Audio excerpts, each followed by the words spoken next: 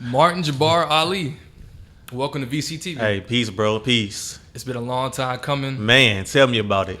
And we're going to get right into it, man. Okay. I've got you here today so you can not only tell us about yourself, but you can promote your self-wrote, self-published book, The Last to Finish. Yes, sir. The Black Boy Experience of Overcoming Adversity. Yes, sir.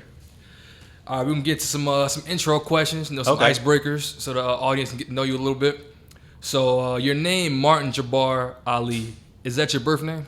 It's not, man. So Martin Jabbar is, but Ali is a name that I changed to in 2018. So I became Muslim, and I've been flirting with the Islamic faith for a while, and I just went full dive into it.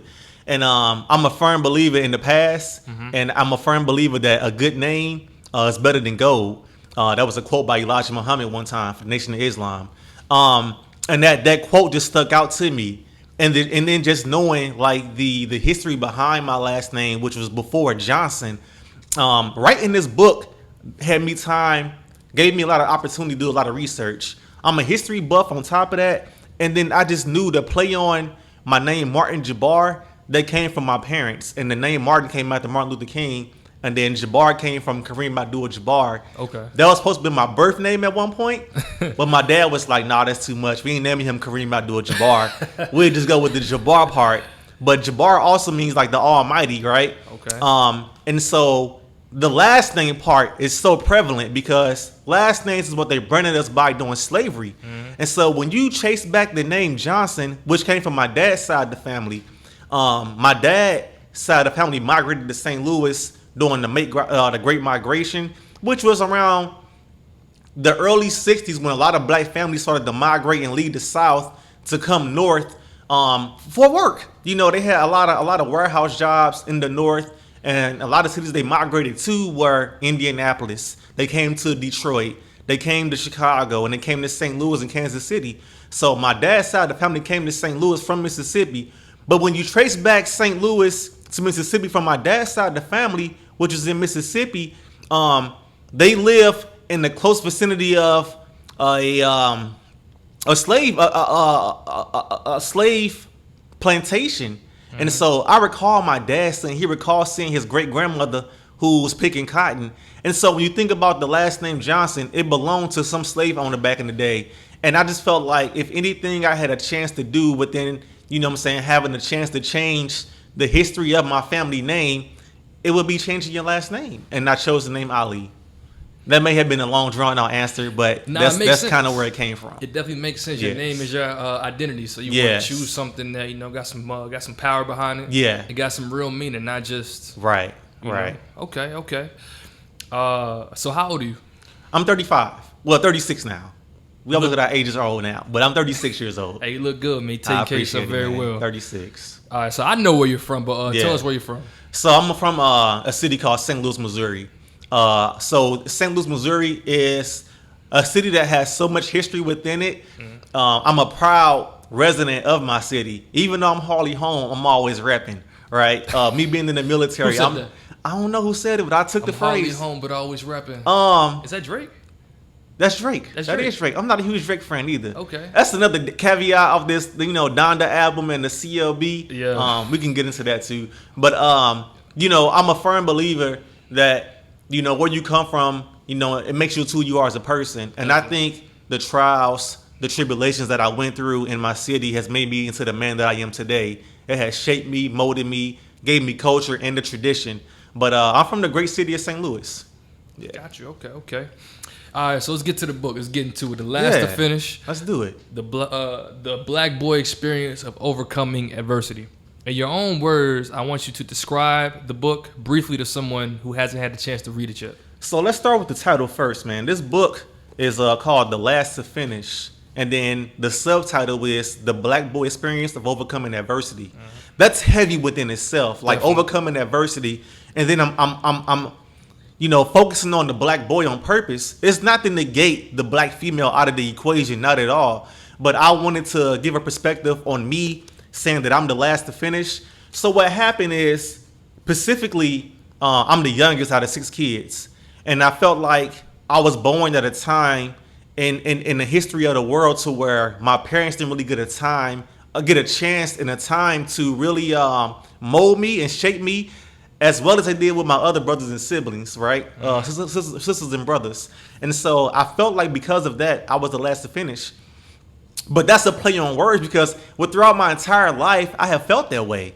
I was an avid basketball player and I was really good. But it took a while for the coaches to recognize that. It took a while for the guys in my block to recognize that. So once again, I was the last to finish. I'm the youngest out of 6. I was the last kid to come out of there. Within my time in the military, I have had a lot of great experiences, right? But a lot of leaders, for whatever reason, you know, they didn't really depend on me in the beginning. But then after a while, they was just like, yo, you know, back then I was Sergeant Johnson or Private Johnson. And they just, you know, was king to me after a while. And so I feel like I'm like a jump start or a warm-up period. You know, I'm always not there at the beginning, but like during the middle and the end, you like, you know, you need me. And I'm a pivotal point of like how you're going to have an end state or a vision. And so like because of that, throughout my entire life, my experiences throughout where I've been through life and what I talk about in the book, I have felt like I was the last to finish. And I feel like the black boys in America, in our society, how it has shaped us, how it has molded us, speaking generally, I think we all can feel like at some point in time in our lives, we can feel as if we were the last to finish. And it's not to say that, you know, we are last place or we're not, you know, worthy of being worthy of having anything good to happen to us. I just feel like some point in time, you can look at the George Floyd throughout the history of time, how the black man is massively incarcerated through the jail system, the school systems. You know, we look at the academia world, how they big up the black woman and not so much the black man. So I feel as if like at some point in time, the black boy can experience a time and place and part in their life to where they felt like that was the last to finish. And so that was the envision on why I use that as the title. Because it can go into so many avenues of how you can approach it. But for me, I felt like, and I still feel like a lot of times, I am the last to finish. Okay. Yeah. On page 14, right? Let's get into the book now. Yes. On page 14, you said, I was born in the crack era, and this timeline hit my family hard like it did many of the other families. Do you think the crack epidemic, the crack era, hit the African American community harder or affected us in a more long-term state than slavery? It's a great question, bro. Before I answer it, let me just give some context behind what I meant behind that question. And so I'm the youngest out of 6. I was born in 1985. Mm-hmm. Let's think for a moment, bro. 1985 was when the crack epidemic really started to hit urban neighborhoods across America. We're talking about cities like New Orleans, DC, Chicago. You know, every big city you can name got hit with this pandemic.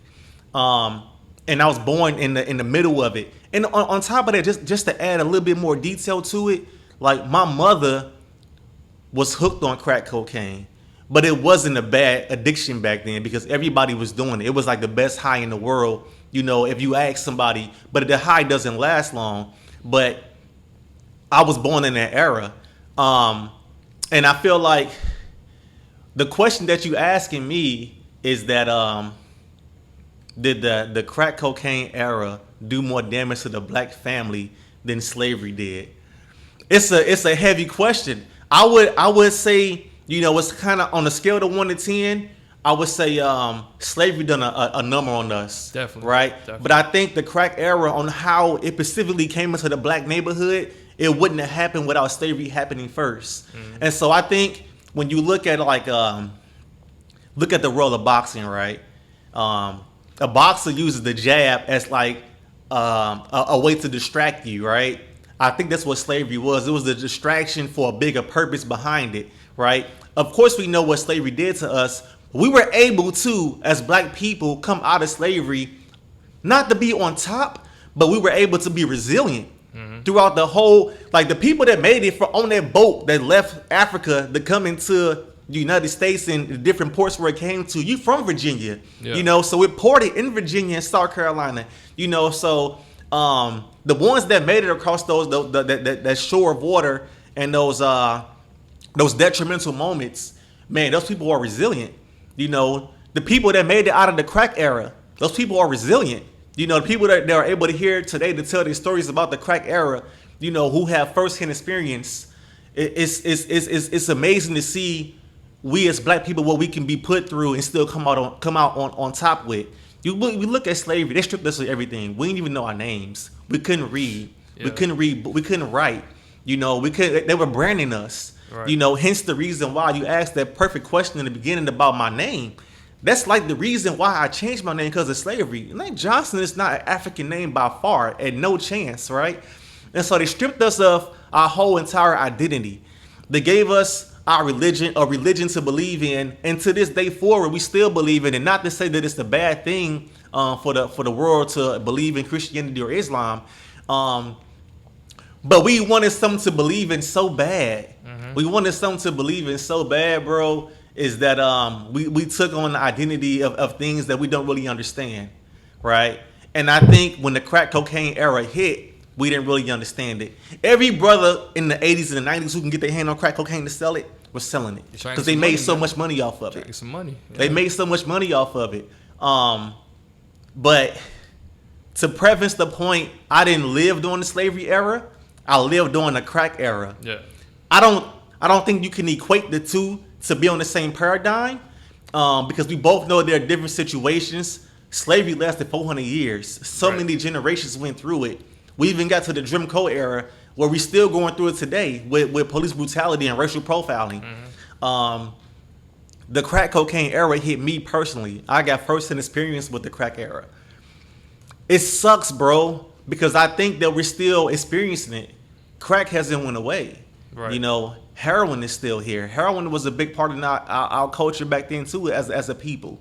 The opioid epidemic, you know, the pill epidemic. Yep. And so I think it just transitioned to having this addiction to being prone to believing that we needed something inside our bodies to just to function day to day. I watched my mother and my parents go through it. I watched my uncles go through it. I watched my homeboy down the block go through it. Mother and parents go through it. You know, and so I seen how it ravished the black communities. It's crazy because I'm a history buff on top of that. And so to answer the question specifically, the one out of the two, I would have to say the crack era. Okay. You know, because I lived through it. Do I think someone would say something different in their perspective who may have had a slight experience with slavery? Yeah, they'll have a different approach. They would tell you something different. Not to negate to say that they're wrong, not at all. Right. I think that my experience and what I went through, what I was talking about in the book, definitely played into what made me as the person today and exposed me to what a lot of what I've seen. It's kind of hard to put it into words sometimes because you had to be there to see it, right. You know? But I literally watched my mother go from being the best mother in the world to being addicted, to going to rehab, to not being able to beat rehab, to her losing her kids, you know. So she went through so many levels of destruction, and as a as a catalyst and as a child, we went through it too, because that's our mother. We had nowhere else to go, and so if it hit her first, we were like collateral damage. Yeah. You know, and so because of that collateral damage, that exposure to the crack cocaine era, you know, it made me be a leader. I can say that. Because I could have easily been a follower and fell into the footsteps of everybody around me who had their hands in like dibbling and dabbling to anything illegal. So I think I would have to say the crack era, bro. Okay. Yeah. You know, I wasn't around, you know, obviously during you know, the crack epidemic. And you know, one of the things that it's like mind-boggling to me that, you know, that we sold this to each other. Yes. You know, it's kind of like self-genocide. It was. In a way. And then, like, we wanted to get money so bad, like, even though we knew what this was going to do. After a while, we knew what was going to do. Yeah. And we still continued to give it to, you know, our family members, you know, right. Our own community. You know. Right. That part it still baffles me to this day. But, okay, so I noticed throughout the book, you capitalize the B in black. Every time you said black boy or black this or my black bodies, or, you know, you capitalized the B. Was that intentional, and why did you do that? I think it's very intentional, man. A lot of things in the book is very intentional. I wanted to put pressure on the reader, and I think depending on who reads the book, they may not have caught that little play on words or me capitalizing the B on purpose. I wanted to really accentuate and hone in on the idea that the black experience is not something to be ashamed of. That the black experience is something to be proud of. And I'm telling my story from a standpoint that where there was some strife, there was some backlash, there were some hard times, but at the end of the day, you had a chance to be resilient. And so that capital B is kind of like capitalizes and you know, kind of solidifies the moment of saying like black is beautiful, you know. And so that was kind of the reason why.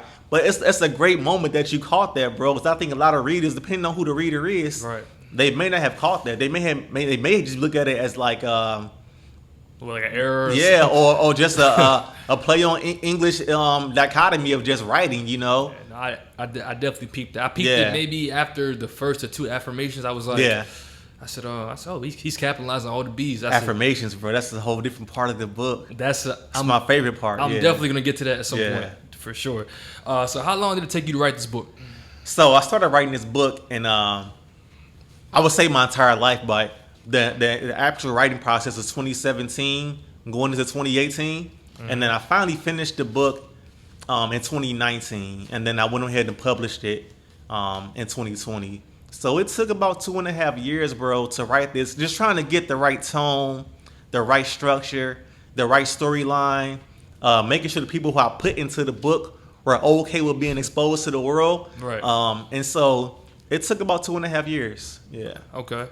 Did you write this book 100% yourself? 'Cause I know some authors, they have like a assist, Yeah. like writers who like not write it for them, but like put it together for them. Yeah. Or they have like co-authors. Yeah. So, what about So you? the book is definitely 110% done by me. I did hire an editor at the end I was gonna ask that. just to proofread the book because I read the book 110 times and I still found like 3 or 4 errors. Right, so shout out to the errors that made it through the proofreadings because there's a couple of them. It's in a there. couple of them, yeah. But you know, it's a couple times where I spelled a couple words wrong, and it's simple words. But I read the book so many times, bro. But it's some of the best books I have ever read by James Baldwin, you know, Marshall Faulkner, Toni Morrison, you know, Walter Dean Myers. You find small errors in them, and so. But you know, long story short, bro, the book was 110% written by me, and I took pride in that part of the process. Right. Yeah. How did you find your editor? So. You don't gotta name them. It's weird how I went about the book process and editing it and the book being self-published. I researched and I went through Pfeiffer and I found a freelance proofreader, and it was pretty inexpensive, but not too much expensive. But I found somebody. I wanted a black editor, purposely, because I didn't want somebody to read the words and not get the right nuance of what I'm trying to say and how I'm trying to convey it. Because there's certain parts in the book to where it speaks as if you're a black person, and I made it that way on purpose. I didn't change it out, and I felt as if a white author or a white proofreader may try to, you know, edit those words out and make them more appropriate in the grammar of English. So I wanted to avoid that, and purposely I chose a black editor, but I went through Pfeiffer. Who published this book? The book is published by me. So, how did you go about the process of getting the book material, picking out the font, you know, and actually getting it to the process of it's a hard copy in your hand? Yeah, so that's pretty cool you say that, right? This is the hardback copy of the book right here, and then this is the paperback copy of the book, and so I had both versions. What I did was, bro, I took the whole Nipsey Hussle play on it, and I wanted to 110% self-publish the book from the marketing of it, the website of it, the process of buying the book, to me packaging the book up and shipping it off. And so what I did was I found, so first off, the book cover, I designed it, right? But I was like, how can I get somebody to make the book cover for me? Let me just research a freelance person that does, book formatting and book covers. I found somebody that was in a different country. I believe the brother or sister was in the Philippines, right? And they designed the cover of the book for me after I made how I wanted to look, right? So after I designed it, I needed someone to make it for me. Right. And so I found someone to freelance it. They made it for me. And at one point, the cover looked totally different than this, right?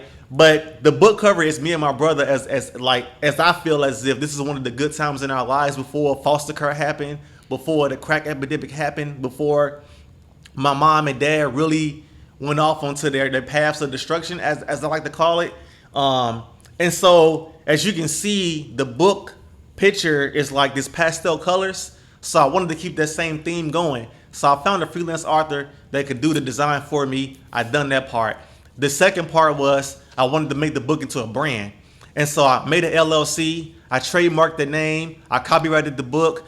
And then I made an LLC for it. And so, bam, I formed a business out of the book. I made merch out of it. But then I was like, how am I going to produce the book? I'm in Hawaii. A lot of companies here in Hawaii didn't want to publish the book, bro. They didn't want to make the book for me for a decent price. And so I found a company that was in Ohio that would sell me the books wholesale. So they took the formatting process. What do you mean by sell you the books wholesale? So after I got the cover done and I got someone to format the book was in a PDF format, right? Okay. I knew the size that I wanted for the book, and I was like, now what I need is somebody to print the books for me, and then I'm going to sell them myself. Yeah. And so that was the hardest part of the process of getting the book out, because I wanted to put it on Amazon, but then I was like, that wouldn't really make it 100% self-published. Right. Like, I was really keen on that part of it. And so I finally found a company that was in Ohio that was willing to wholesale me the books for a decent amount of price, so where I can get the books here, I can package the books up and ship them. And so what I really did was I found a middleman, a plug. Okay. In so many words, Okay. after the hard work was done. And that's how I did the book. You say you found a middleman, a plug, to do what exactly? So all they do for me is they take the book in the PDF format that I give them, and they make the book for me. Okay. So they have a whole warehouse to where they publish the books for me. They ship them to me, and then once I get the books, and then I'm the person that's packaging the books up, that are signing each book, each copy, each T-shirt, and then putting them into the mailbox for you. Can you say who they are? Yeah, it's a company called 48 Hour Books. Okay. So 48 Hour Books, they are located in Ohio, and they're a company behind their name. Within 48 hours, You they get your ship the books to you. Okay. You know, How big was your first shipment of books? I ordered 500 copies. Okay. Yeah, I ordered 500 copies. So, combined of, I'm going to just say, of the 48-hour book shipping and that cost, Yeah, the cost to for the freelance artist to do your cover, around how much did the first shipment to get your book actually in your hands, how much did that cost altogether? So the books within itself was like $1,700, and then the process of getting the book formatted to ebook.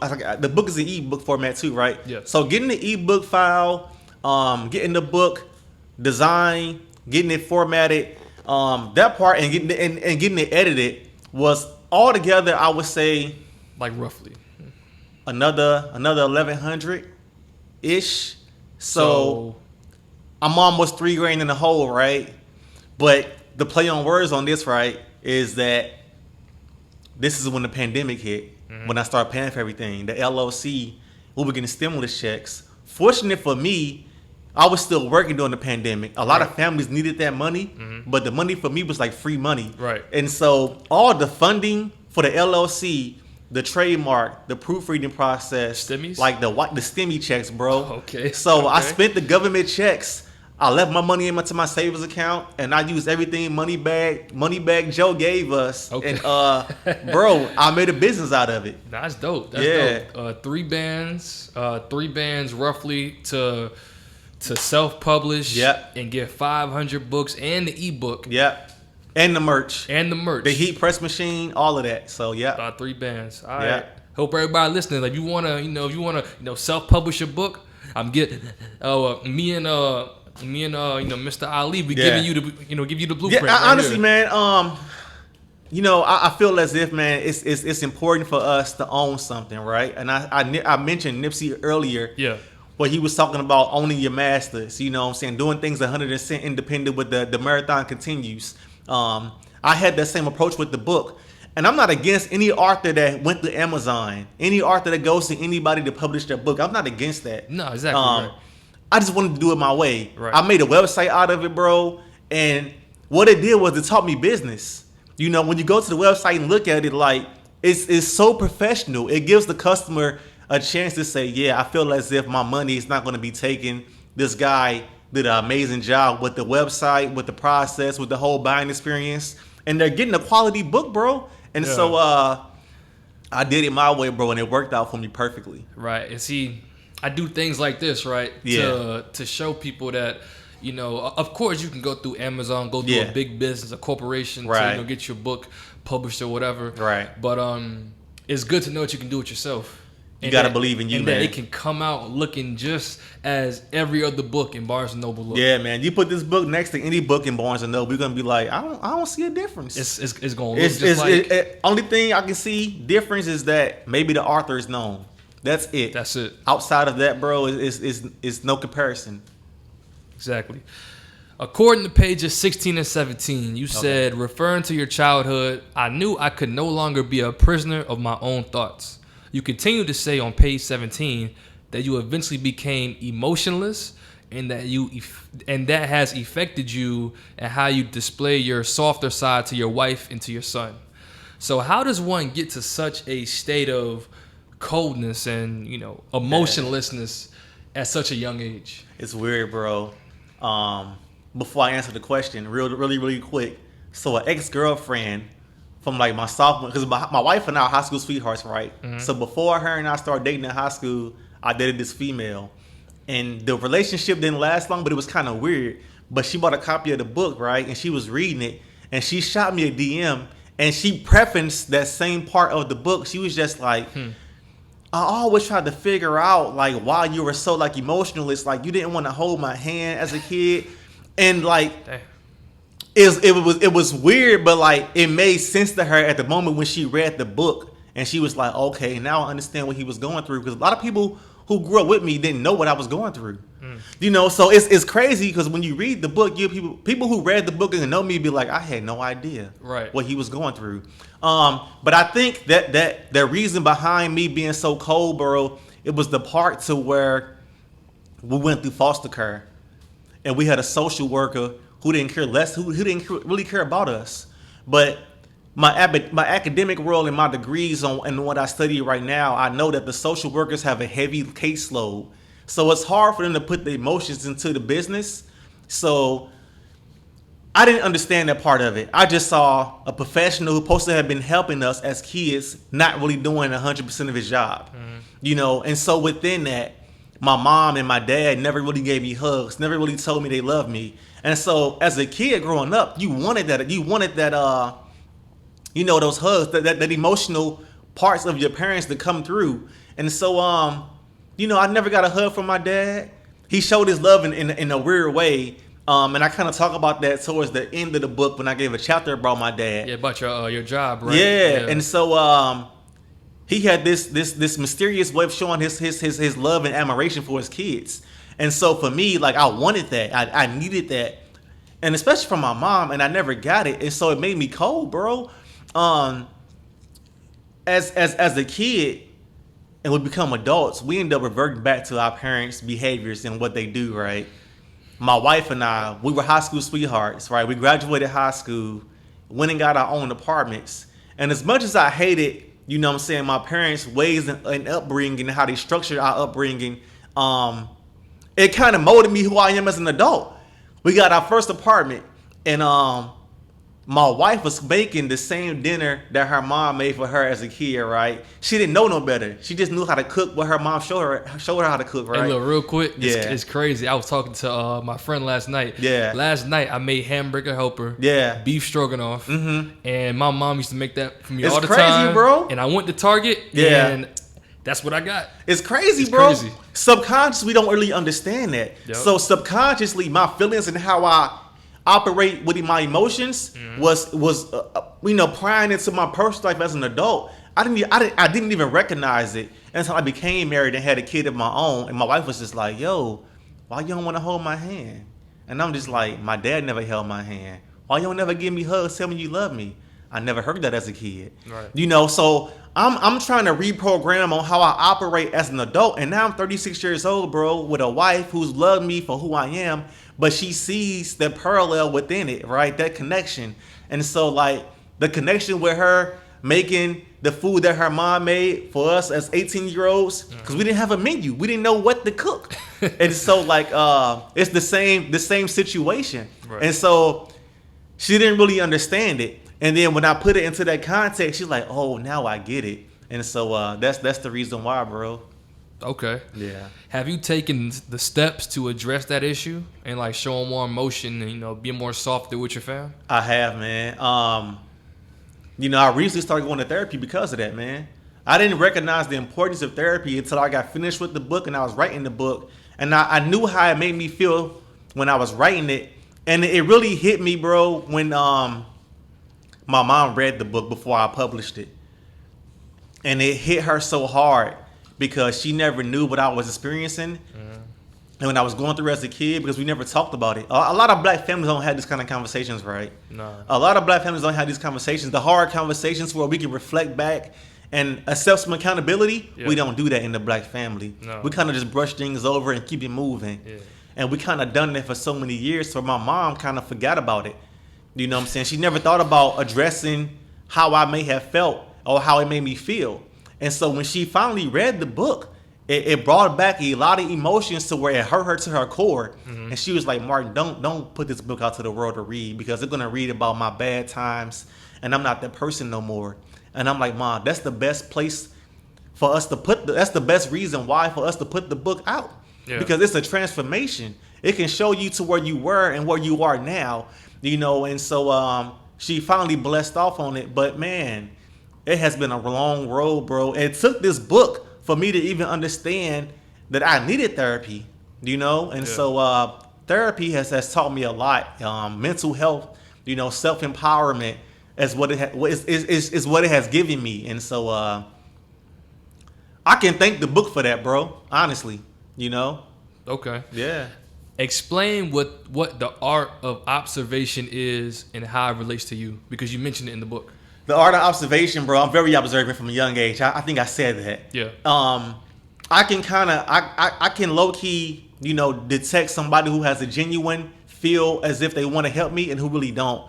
Who's really there behind a hidden motive or a hidden agenda. And because of that, I've had this mind detection to where I can feel those spiny systems from somebody who's not genuine, who's not really there for a sincere purpose. Because of that, I have modeled my life to be somebody who somebody can always count on, a man of my word. A lot of people say a lot of things in this world, right? Well, yeah, bro, I got your back. And, when you actually need them to have your back, they're not really there for you. Right. And so there's not really much action behind the words. And so with me being very observant from a young age, I've been able to peep and have an end game on like do's and don'ts. Should I put myself in this situation? Should I not put myself in this situation? And I think my exposure to my upbringing, like I wouldn't change what I went through for the life of me. I wouldn't change not one thing that I went through, because it has trained me to have this eye to have a moment to be like, I can really understand what street smarts is, right? Yeah. Like having street smarts. I had a homeboy named Lil Greg. Yo, shout out to Greg. A dude in my hood, like great homeboy to this day. We still homies, right? But he wasn't sheltered, but he was sheltered. But he was like hella book smart, but he had no street sense, right? And so like we used to always talk about him in the hood, like, bro, it wasn't for us, you'll be getting beat up and bullied all the time because you don't understand nothing that goes on around the hood. And I think it's a premise to where the hood would expose you to be observant. You can understand moments to where it's time to get in the house, Yeah. to where this don't feel good. Like, you know, It'll force you to. it will force you to. It really would, especially during the gang culture. And then in this day and age, to where like police brutality and their brutality is like killing us. Yeah. Not just slapping us around no more. They putting bullets in us. And so I think that me being observant is something that a lot of us have these days. It's just like we may not recognize it, but I felt the need in the book to point that out for a reason, because the book is made for black boys. So when they start reading, they can be like, well, I can identify with that too, because I'm very observant as well. And so that was the reason why. Okay. So I noticed a lot in the book that Yeah. you use a lot of Army lingo, like foxhole, Yeah. or I think you may have said foul a couple Yeah, times. yeah. But like, just it was a conscious theme throughout the album. It was. Not the album, but the book that you use Army lingo. Was that intentional? It was, man.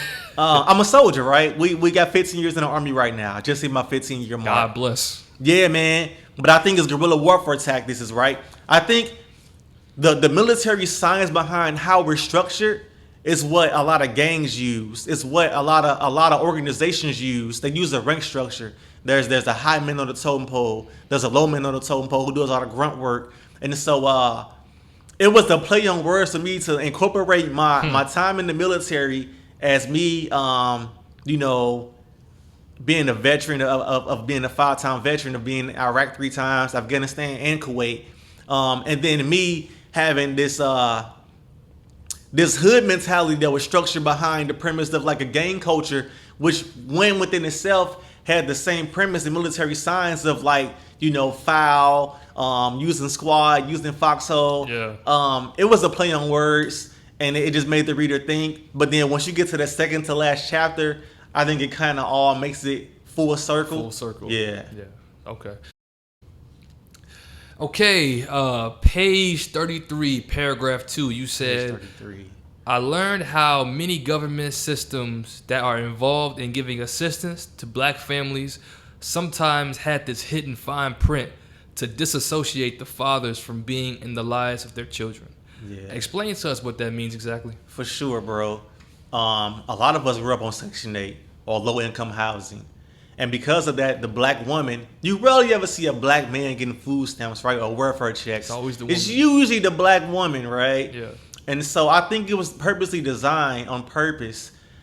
Distinctly, I recall when my mom left rehab and got us back into her custody, we had a Section 8 house on the north side of St. Louis. And I recall periodically, unannounced, the caseworker would come by and just pop in and check on the house and do an inspection. And she will ask the kids like, hey, does any man live here? Does your dad live here? Is he coming by here a lot? And my mom will always coach us to be like, hey, when the caseworker come and she asks you, have your dad been over here? Just tell her, no, you ain't seen your dad in months, you know? And what the premise was behind that, bro, these government fine print contracts that they give to these black women, it was to take the black man out of the household. Encourage it. It would make them. Yeah. It will force them, because if you have the black man inside the household, you're liable to lose your house. Nobody wants to be homeless. Right. So if the father did want to be home, because we have this notion to where, you know, the black father is non-existent in the black family. Yeah. There's plenty of black fathers out there. I'm one of them. My dad is one. They want to be there, right? But by design, the system has programmed the black woman to think that they don't need the black man sometimes. They look at the government gonna take They care look of for the them. government, and then they're like, "Well, I'm independent. I don't need you for nothing." Yeah. So now the black man is not needed in the household. But now what happens is that the black woman is stuck with raising these kids by herself. A black woman can't raise a black boy how to be a man in the hood. She can't. She can't. And so because of that, bro, I distinctly recall the caseworker coming by unexpectedly, doing inspections on the house, you know, interrogating us, not really asking questions, really interrogating the kids and asking us, have your father been here? The first thing a kid want to do is say, yeah, my daddy was here the other day. He bought me some groceries. He bought me toys. Yeah. He bought me these shoes I got on. But I couldn't say that, you know? And so it's unfortunate, bro. It's unfortunate. I can go into more deeper on that, but maybe we can get back to it in a later question. Okay. Yeah. At the bottom of page 41, you referred to this Chinese family owning businesses and also being worried about people stealing from them. Yeah. You said it was odd to me that they served a community of people that they were scared of. Paint the picture for me as a young kid noticing this Chinese family in the hood. Yeah. You know, making money off of the same people that they are scared of and that they think are gonna steal from them. Bro, it's crazy, right?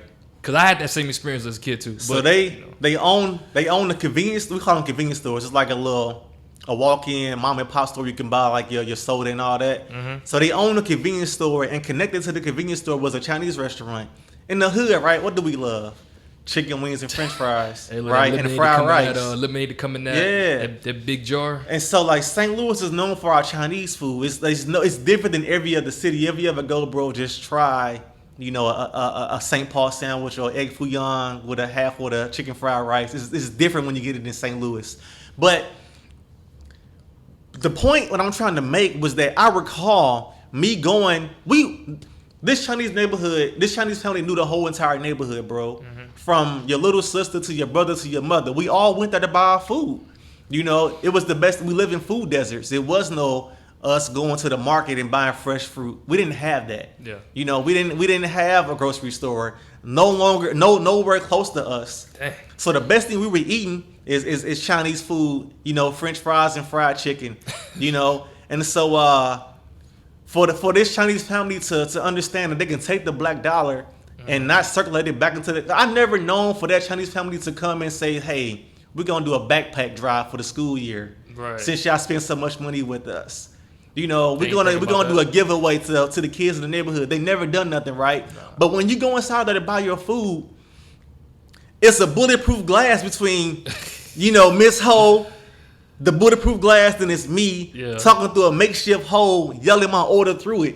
You know, that was the experience I had. They never shook our hands. They just took our money, gave us the food, and they had a bulletproof glass up, right? Yeah. And they knew that they had to shut down the shop, you know, by a certain time because they felt as if they couldn't trust us when it got dark outside. And so it was a play on racism, you know, discrimination and prejudice. Mm-hmm. You know, all three in one. You know what I'm saying? Within the black family, we experienced that, you know. And I felt like, well, you can take our money, but you don't want to do nothing for us, you know. Yeah. You could not trust us, or you could take our money and you can openly, you know, take our money, right? But you still look at us like we're, you know, second class. Bro, they wouldn't hire a black person in the hood to do anything. I peeped that in my own neighborhood too. I said, yo, it's all Chinese, and it be the family, it be the daughter, the son. It's generational wealth for them, bro. Because I know I watched the grandmother get old. And then she passed the business down to the nephew or to the son. Mm-hmm. He took over the register. He's in the back cooking, you know. But they never identified to acknowledge us as being respected in the community, bro. And so that's why I say it's a play on racism, discrimination, and prejudice. I definitely get that. Yeah. Real quick, it's a spot. Well, it used to be a spot. Yeah. In MacArthur Mall, you know, back where I grew up at. Uh-huh. And this is where I first peeped it out. We all peeped it out. Yeah. At MacArthur Mall, it was this clothing store named Z Spot. Okay. It was either Korean or like Chinese owned. Yeah. It was right below Pusha T's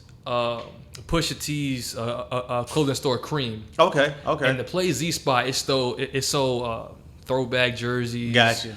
A whole bunch of urban streetwear, right? Yeah. But as soon as you walk in, looking around, you got somebody following you. Yeah. They got cameras all over the place. Right. If you in there too long, you ain't bought nothing, they gonna ask you. Right.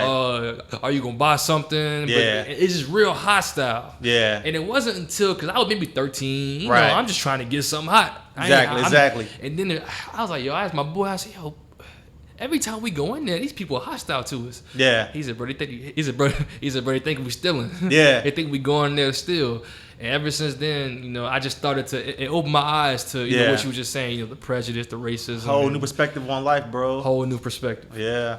At the bottom of page 41, you were, same question. My bad. Yeah, it's all good. All right, so page 45 to 46. Okay, 45. You really read the book, bro. Let's get it. Oh, I'm in 45 through 46. 45 through 46. Yeah. If you wouldn't mind, you know, people, if you're watching this, I still want you to read the book. Yeah. Because it's even more great when you actually read the real words. Yeah, I agree. But I want you to briefly give the story of the fight at the pool hall. Oh my goodness, bro. I think I text you as soon as I read it. Yeah. I text you. I was like, yo, this is wild. So that was the 2-day experience, right?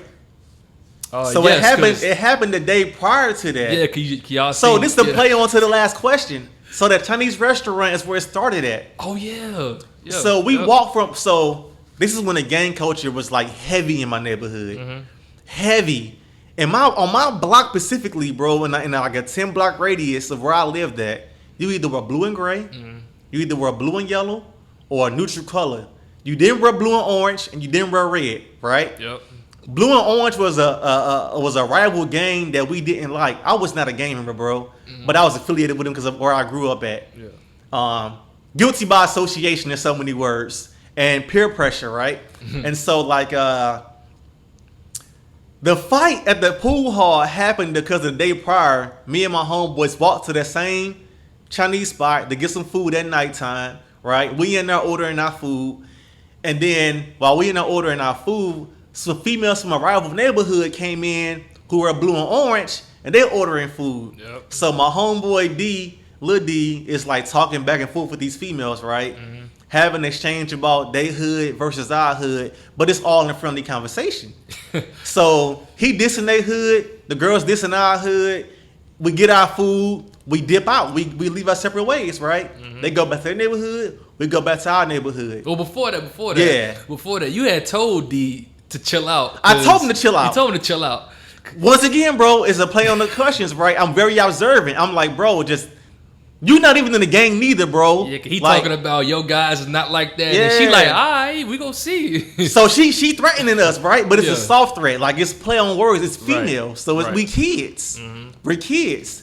And so I'm telling Lil D, like, bro, like stop selling wolf tickets, bro. You're not even in the gang. We just happen to live on their block to where the gang, you know what I'm saying, be at. So we get our food that night. We head back to our hood. That group of females, they head back to their hood. The next day, bro, the very next day, me and Lil D, little brother Darnell, we inside my house, and we decide to walk to the flea market, right? So we leave my hood, we walk to the flea market, which is like right next door to the Chinese spot, right? And it's a pool hall next to it. And what happened was the next day it's me and Lil D, little brother Darnell. We're in this spot buying some snacks. Who do we see? We see that same group of females, Yep. but now it's these females with a clique of dudes. I can count 10 to 12 of them, right? And I'm just knowing it's finna be a bad day for You us. already know what time it is. They spot us, right? They spot me. I'm guilty by association. Because the night before, I wasn't saying nothing. I'm like telling Lil D, like, bro, just chill out. But I'm guilty by association. So now these females, they telling these dudes, like, yo, there go one of the dudes from last night that was dissing our hood. So out of respect, they like, yo, we got to step to these cats. So before it happened, I seen it coming. I'm telling Darnell, Lil D, little brother, like, bro, we about to get jumped. We about to get our worlds rocked. Like, Yeah. he like not understanding what's going on. So I'm trying to tell him what's going on with like real quick because we in the checkout line. Yeah. So it's like the checkout line and it's like the entryway and the outway. They waiting on us. So I'm like, we can't avoid it. We can't just stay in the store too long. So he pissed off at me and I'm like, bro, don't get mad at me. It's your fault. You know, I'm the messenger. You blame your brother for this. Yeah. Oh yeah, your brother. So your brother. we go out of the store, and I had my bike. So I'm pushing my. So now we're out of the store, and we used to hang out at this pool hall all the time, right? Because they had 50-cent pool tables. It's like the best thing ever. But they had good food. You know what I'm saying? There's an old head spot. You can shoot darts. You can get a root beer soda. Right. You can shoot darts and play pool for 50 cents. That's the spot. It was always there. Yeah. And then the owner was just like, I'm gonna give these kids in the hood, you know, a safe spot to go to. And so I'm thinking in my head, like, we come out the flea market, let's just walk towards the pool hall, because I know the owner, if we can get inside the pool hall for they bomb on us, we safe. Yeah. You know what I mean? That was the plan in my head. So as we got our snacks, we got our bags, I'm pushing my bike, and Darnell thinking I left out of the book, but Darnell like, bro, why we going towards the pool hall? We live that way. I'm telling him like, bro, just follow my lead. You know what I mean? Yeah.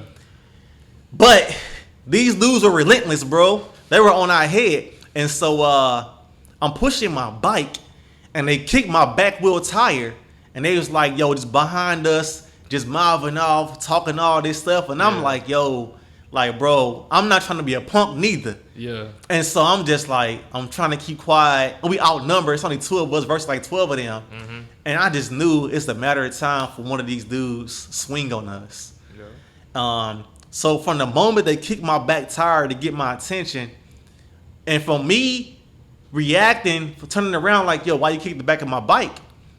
We didn't even make it to the pool hall, bro. The pool hall seemed so far away at this point. Yeah. Because they kicked my back tire, and from that moment, bro, they pounced on me. they pounced on me, bro. But they let Darnell live. So he dips off and runs. And so when he runs, he leaves me. Yeah. I left that out of the book. You know, I didn't want to expose Darnell too much, but bro, you left me, bro. Okay. But so I'm getting jumped. It's a flea market where so many adults go to, bro. They come in and out. In and out. These adults see this group of kids fighting, and not one tried to break it up, bro. Nope. So they bombed on me until they felt as if I had a beating good enough for them to leave, right? Mm-hmm. And they smashed me, bro.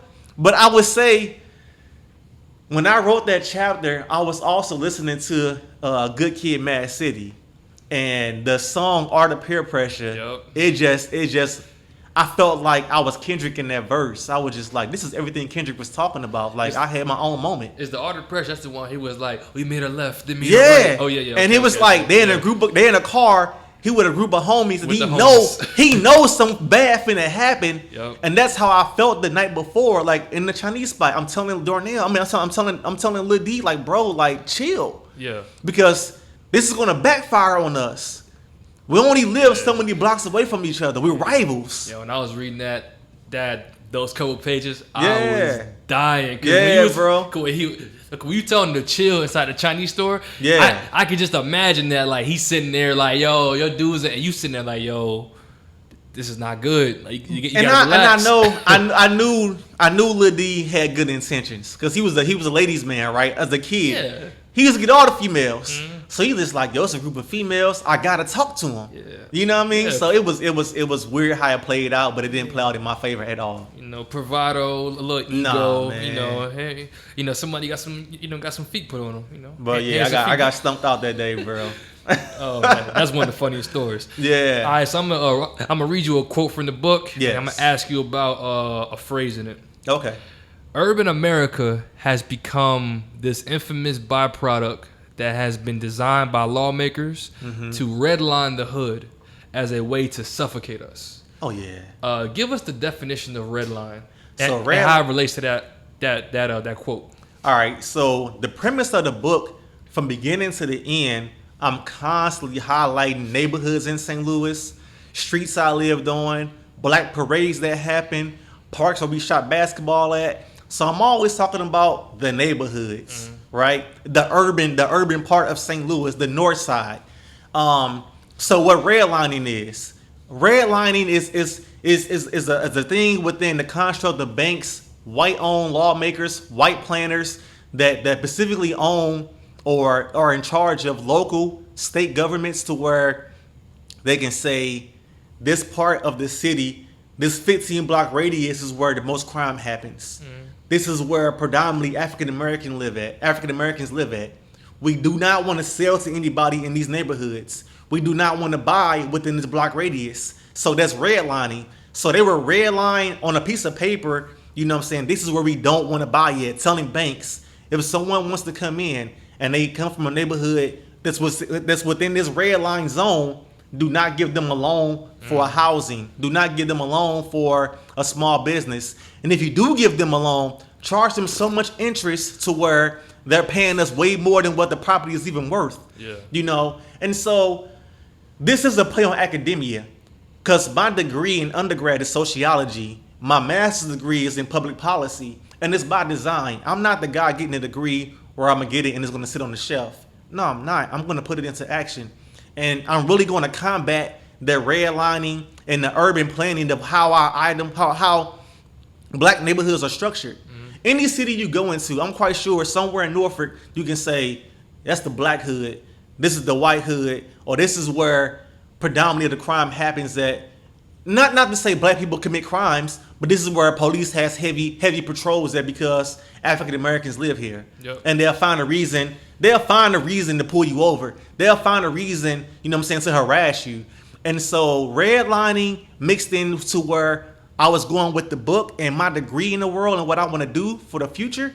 It's a play on words and how I want to use sociology, which is studying behavior, public policies, which is to shape local and government policies. I want to merge the two to study why kids are acting out in school, why are we having mass incarceration, why is the black people always victimized, and then what is the local policy saying about it. And so redlining and then the byproduct for it is that we always end up with the low end of the stick, bro.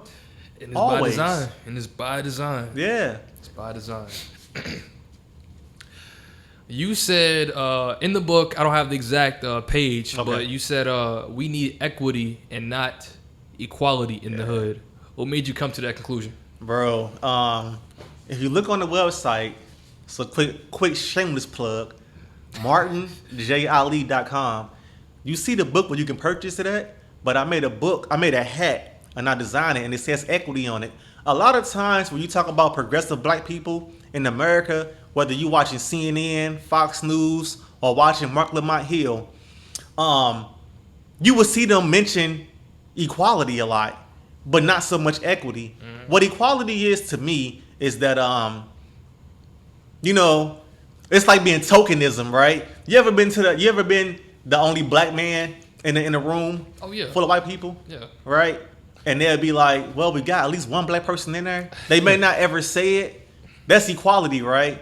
So I feel like during the racist times in America and after the Jim Crow era, a lot of companies will have a quota.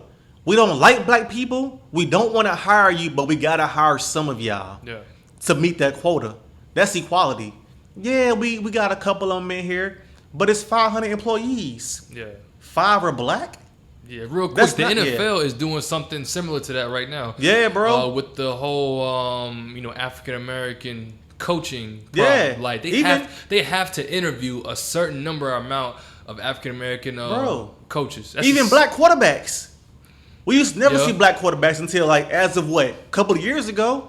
Yeah. And that's why I love Cam Newton so much. Like as a black quarterback, whether you went to the Patriots and made a commitment or not, or really impact, you're a black quarterback in the NFL, bro. That says a lot.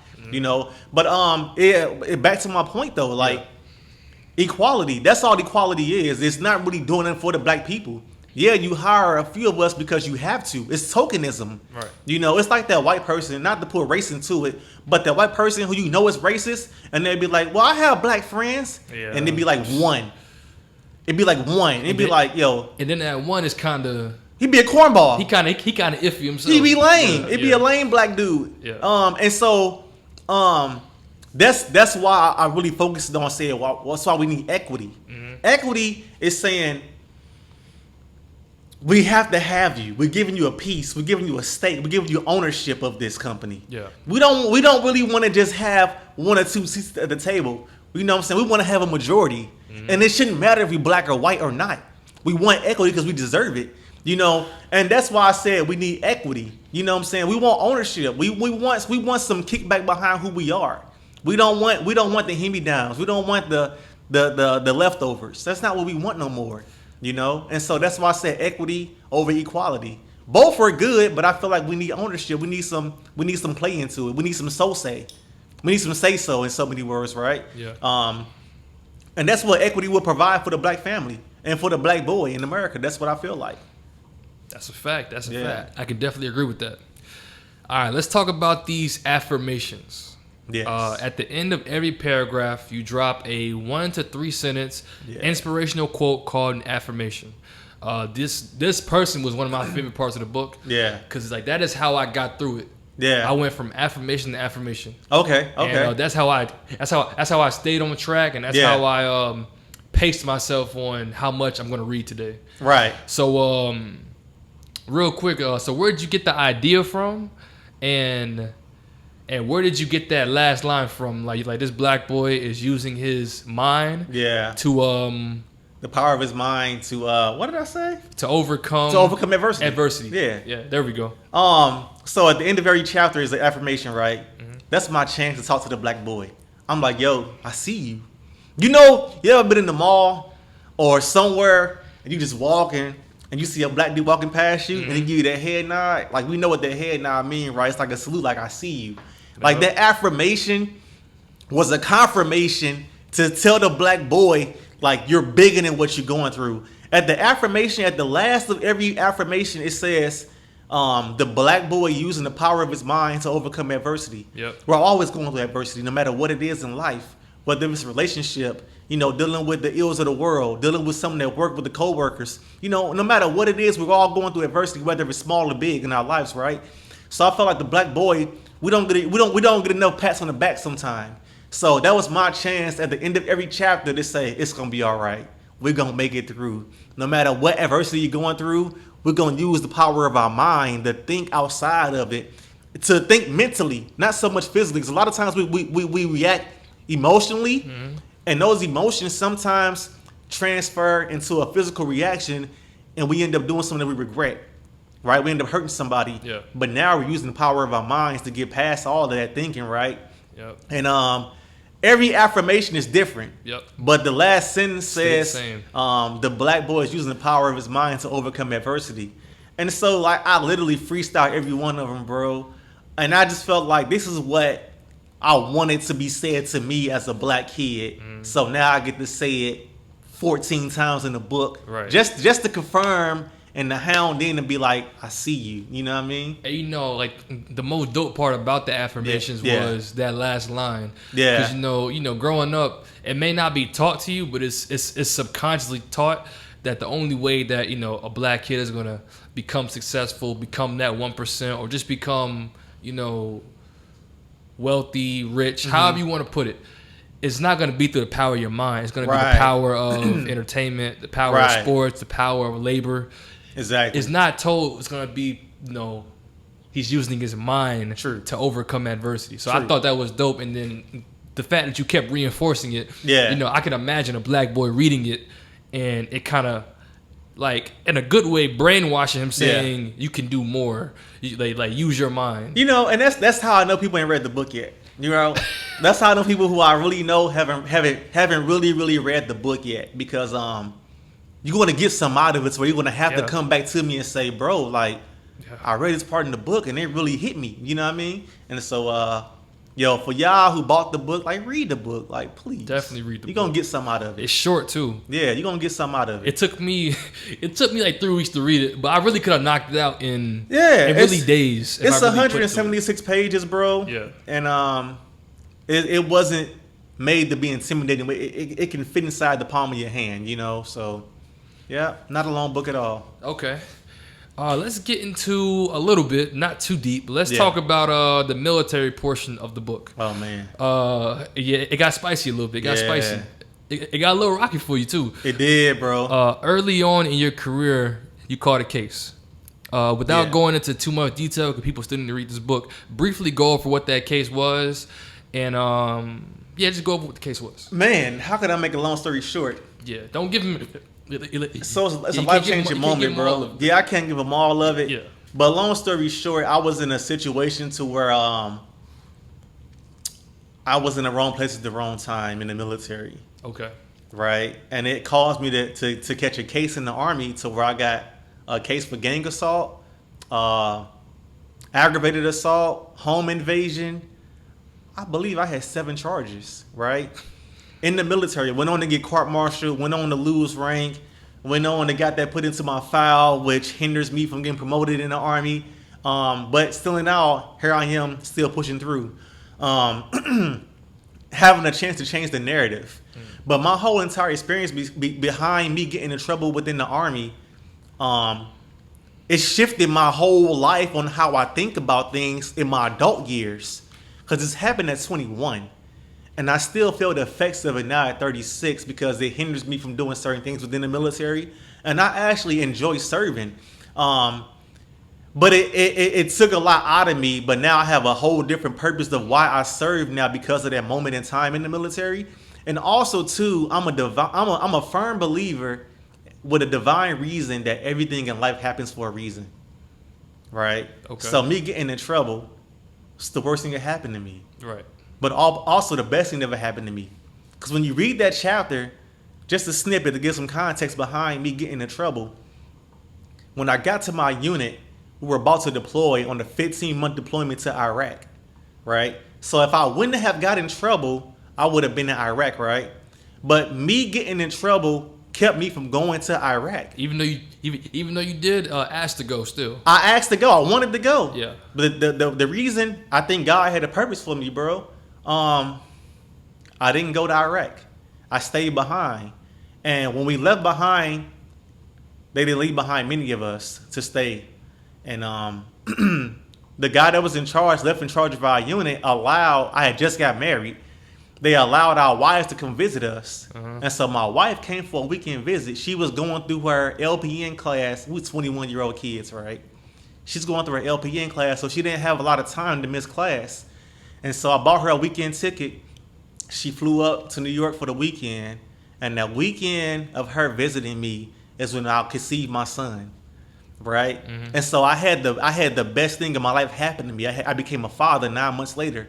So I probably wouldn't have my son today, if it wasn't for me getting in trouble. And so it's just how it's your outlook on life. How do you look at it? Okay. It plays on you. I think me getting in trouble, was it worth my son? For me, it was. So yeah, man. I like that. But that chapter, bro, is those couple chapters. Yeah, man. Spicy. I think that's one of the longest chapters as well because I kind of narrate the whole perspective because you go deep too. I done it on purpose because I never really had a chance to talk about it. A lot of times in the military, people be like, "Yo, man, like, why aren't you at this rank yet? Why haven't you done this in your career yet?" It's something that's hindering me, and it's hard to talk about at times. Not that I'm ashamed of it; it's just I don't really like talking about it, right? But this chance in the book, like, I get a chance to paint the whole entire picture. Oh, you painted it. So yeah, man, very important chapter of the book for me, yeah, for sure. What was the single most shocking thing that you learned about the military during that period of time you got in trouble? Man, loyalty, bro. Loyalty by far. Loyalty and betrayal. Because people who I thought, what the army prescribing is like always be there for each other, right? Mm-hmm. We're always gonna be there for you. We're a family of one. Families come first. We're gonna take care of you no matter what the situation may be. I didn't get a chance to see that. I believed into it. I was brainwashed into believing it throughout boot camp. Mm-hmm. But the moment I got in trouble, and the Army's all about uniformity, right? You have to look alike. You got to dress alike. You got to be a part of something. Not to say that we're all sheep because we get a chance to think outside the box, but they definitely tailor us into a way of thinking to where we all have this one track mind sometimes, right? Yeah.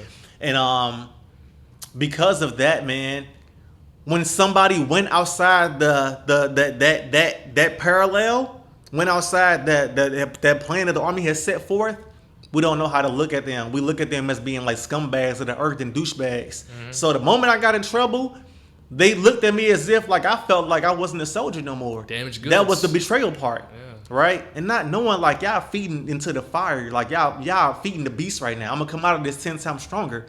Mm-hmm. But then I also felt this sense of loyalty from people who was understanding what was going through and believed in me. Because like towards the end of that chapter, I talk about two people who like slowly became mentors in my life within the military who believed in me, regardless of them knowing what I went through. They were like, I'm going to give this guy a second and third chance. Mm-hmm. And I didn't make them regret that chance at all, right? And so I think I learned what true loyalty is, and I learned what, fake love is in so many words, for sure. That's solid. That's Yeah. solid. Not hard lesson to learn, but everything happens for a reason, like you said. It right? is, man. That was guilty by association once again. Right. Like me getting into trouble, if I done what they said I did, if I really committed gang assault, if I really did a home invasion charge, like I would have took that on the chin and been like, yeah, I did that. Yeah. You know, I deserve the trouble I'm finna get into. But the army didn't really give me a chance to plead my case. It's crazy. Yeah.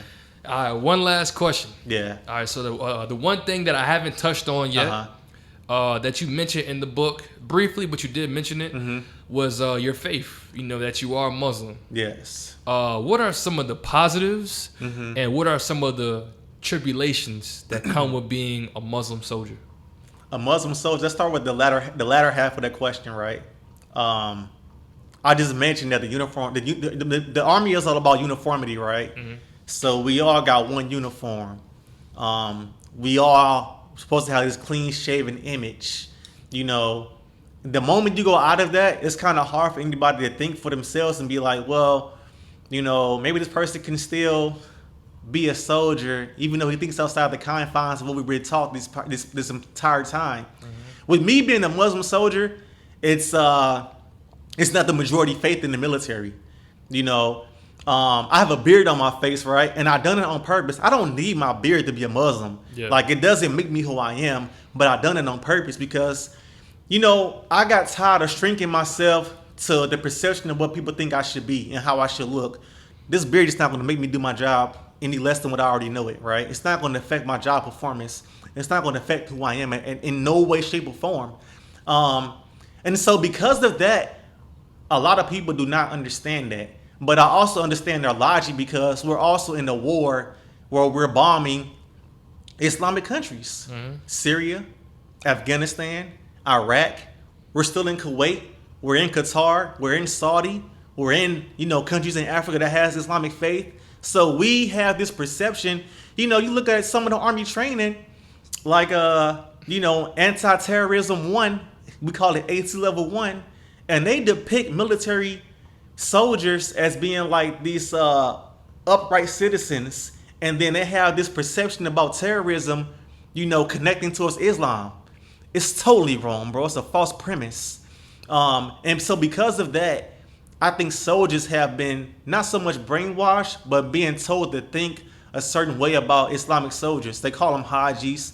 I've heard people say the word sand niggers, you know. Oh, wow. You know, and so I think I get a chance, me, to change the whole perception about how they see Islam, black Islam. You know, I'm 100% blickety black, right? My last name is Ali. I have a beard on my face.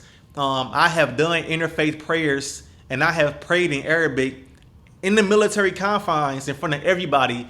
I have been an advocate for Friday prayers for military soldiers, you know, and I think I'm progressive, but it changes the narrative for people to have this outlook on the Islamic faith. For one, Islamic faith to where you can see it being bigger than the Islamic faith to where it's only for Arab people. I think the second biggest Islamic population is African Americans. I mean, African people. You know what I'm saying? Outside the Arab faith. And so, like, I get a chance to be a pivot moment for people to think differently, bro. My beard on my face. For the moment you see me, I get so many double looks. You know, people see me and they like, what this dude got going on? Yeah. People who know me from the past, from when I changed my name from Johnson to Ali, on social media look at me differently now. Yeah. Not in a bad way, but like just standing for something. And man, my faith is everything for me, bro. My faith has given me a chance to look at the world from a whole different perspective, to see genuine love, to see love for all and hate for none. That's what Islam is about. It's not about hating nobody. It's not about bombing anybody. This faith is one of the most beautiful religions. When you study Prophet Muhammad, when you study, people have a perception we don't believe in Jesus. We believe in Jesus as a prophet.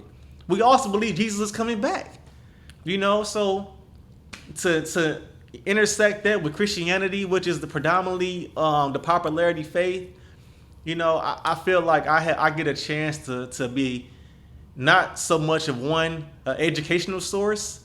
I'm also a resource to be an open book to where they can come and ask me questions. I'm here as a first hand experience to be like, well, what is Islam about? And I can tell them, you know. And so I've done that in the past 3.5, 4 years. Yeah. Martin Ali. Martin Ali, man. Martin Ali, man.